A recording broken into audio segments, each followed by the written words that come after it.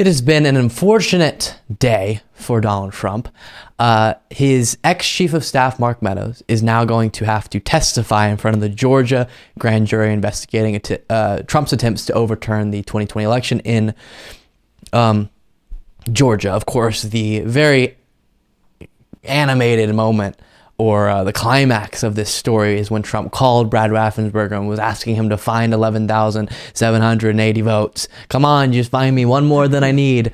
Wherever, I don't really care. They don't have to be real votes. Just say that you found them. Okay, so that's what's being investigated, that kind of whole plot. And Mark Meadows was the chief of staff of Trump at this time, so knows every little detail and has been called to testify, as is being discussed here. Much longer than I think some of us aching for accountability would like them to. But Trump and his cronies keep losing.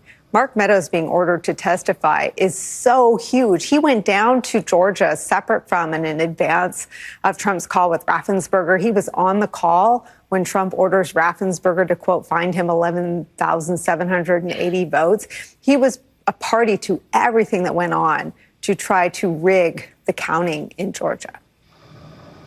Certainly. I mean, if you think of former President Trump's White House, he was, he had the title of chief of staff. He was also the president's right-hand man when it comes to alleged efforts to overturn the 2020 election. Let's remember that when people at Fox News and other places, right-wing people who were supportive of former President Trump, when they were alarmed on January 6th, it was Mark Meadows that they were texting to say, hey, even for us, this has gone too far. That tells you just how close he was to the president and the fact that he was... Yes. So this is huge. This is absolutely huge because nobody knows more than Mark Meadows except for Trump himself, in my mind. Another bit of detail on kind of the series of stories that Trump is not going to be happy about is in a federal grand jury investigation, his former White House advisor, Stephen Miller, has testified. And apparently it was a pretty long testimony, but here's that being reported here. Stephen Miller, Trump's White House senior advisor and speechwriter, testified today before a federal grand jury in the January 6th investigation. He is now the first known witness to testify since the Justice Department appointed a special counsel. So, Caitlin, you broke this story. Tell us more.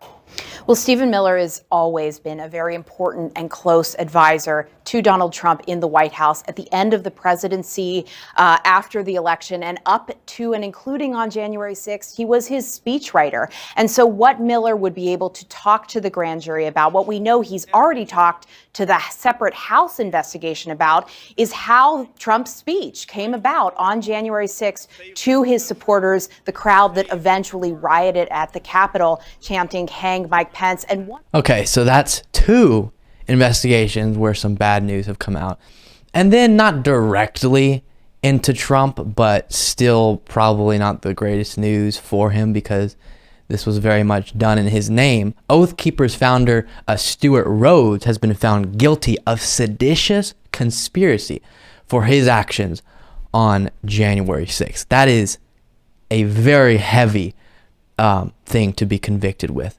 Founder of the far-right Oath Keepers group, Stuart Rhodes, and co-defendant Kelly Meggs were convicted of seditious conspiracy and other charges related to the January 6, 2021 Capitol attack on Tuesday, the most serious charges any defendants have faced in the wake of the riot.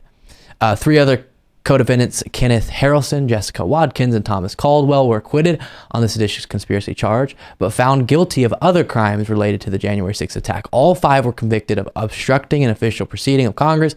Meggs and Watkins were also found guilty of conspiracy to obstruct an official proceeding, while the others were acquitted of that charge.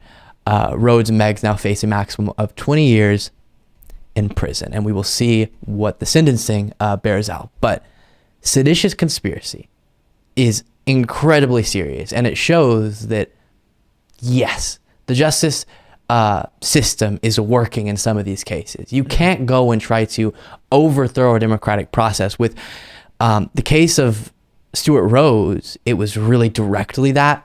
Also, the other rioters were trying to prevent a lawful process from happening, and in that sense wanting to take over kind of the governmental process.